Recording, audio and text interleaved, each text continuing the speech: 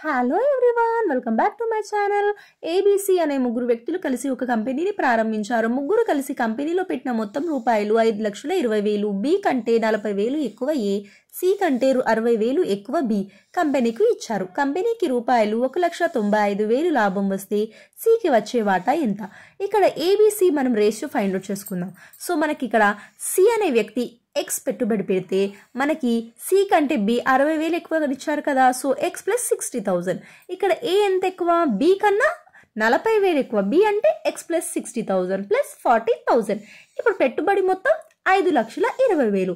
So ఈ అన్నింటిని మనము కూడుకోవాలి. సో అడిషన్ చేసుకుంటే X plus 60,000 plus 40,000 plus X plus 60,000 plus X equal to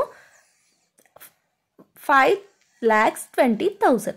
okay, ఇక్కడ మనం 3x ప్లస్ 1,60,000 వస్తుంది, 1,60,000 వస్తుంది, ఈక్వల్ టు 5,20,000. ఇప్పుడు మనము సబ్ట్రాక్షన్ చేసుకుంటే 3,60,000 వస్తుంది. So 3x equal to 3,60,000. Okay, x equal to 1,20,000, 1,20,000. Okay, ఇక్కడ సి పెట్టుబడి వచ్చేసి మనకి 1,20,000 వచ్చింది. సో ఏబి కనుక్కుంటే ఎక్స్ వాల్యూ సబ్స్టిట్యూట్ చేసుకుంటే మనకి 2,20,000 వస్తుంది ఏ పెట్టుబడి. బి పెట్టుబడి ఎంత వస్తుంది మనకి? 1,80,000 వస్తుంది.